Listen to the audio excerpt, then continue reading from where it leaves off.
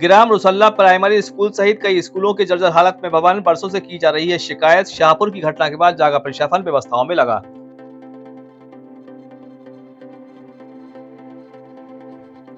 दरअसल शाहपुर में दीवार गिरने से हुई कई बच्चों की मौत की घटना के बाद नींद से जागा प्रशासन पूरी तरह से अलर्ट पर है, जिसके चलते आदेश मिलते ही शिक्षा विभाग सहित पूरा प्रशासनिक अमला शासकीय अशासकीय भवनों को चिन्हित कार्रवाई में जुटा हुआ है। जबकि ग्राम पीपरखेड़ी माध्यमिक शाला, ग्राम रुसल्ला प्राइमरी स्कूल, मालखेड़ी, हासुआ, बल्लारखेड़ी, दौलतपुर सहित बीना ब्लॉक में कई ऐसे जर्जर हालत में स्कूल के भवन है जहां पर बच्चे अपनी जान जोखिम में डालकर शिक्षा ग्रहण कर रहे हैं। ऐसा नहीं है कि जर्जर हालत में पड़े इन भवनों की जानकारी विभाग के अधिकारियों को पहले से न हो, जबकि संबंधित स्कूल के शिक्षकों के द्वारा कई वर्षों से लिखित रूप से शिकायतें की गई हैं, लेकिन उसके बावजूद भी शासन प्रशासन के अधिकारियों के द्वारा कोई भी कार्रवाई नहीं की गई।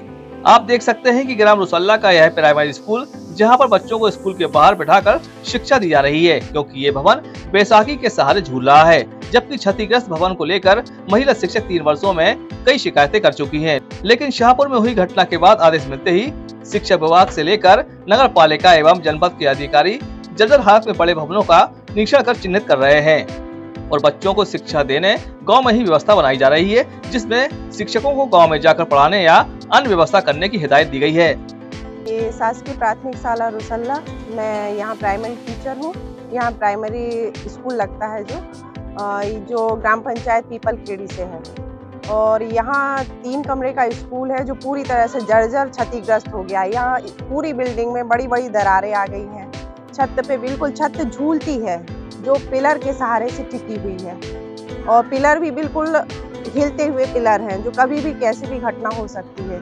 इसलिए बच्चों को बारिश में हमें बाहर बिठाना पड़ता है और इसके साथ साथ पूरे बच्चे जिस टाइम बारिश होती है पूरे दिन भर डर का सामना, यानी डरे हुए बिल्कुल सहमे हुए बच्चे बैठे रहते हैं और साथ में टीचर भी।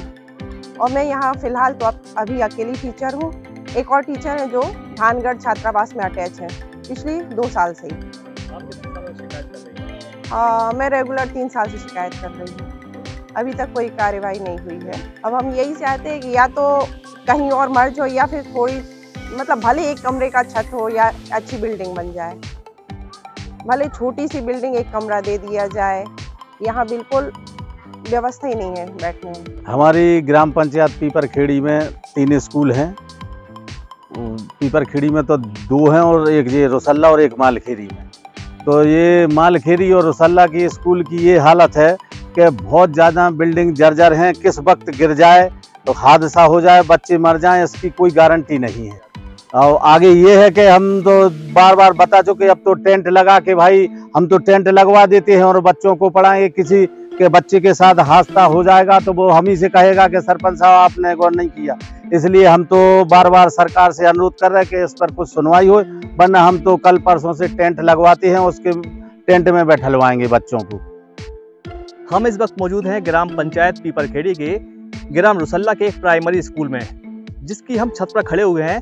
आपने अभी देखा होगा कि इस बिल्डिंग के अंदर कितनी ज़्यादा खामियां हैं, टूटने की कगार पे है और बच्चे बाहर बैठ के पढ़ रहे हैं। वजह यह है कि बिल्डिंग पूरी तरह से जर्जर हो चुकी है, जिसको लेकर यहाँ की जो शिक्षक हैं उन्होंने शिकायत की थी। करीब 3 वर्षों से शिकायत कर रही हैं, उसके बावजूद भी प्रशासन के द्वारा कोई कार्रवाई नहीं की जा रही, ना बच्चों के लिए कोई वैकल्पिक व्यवस्था की गई है।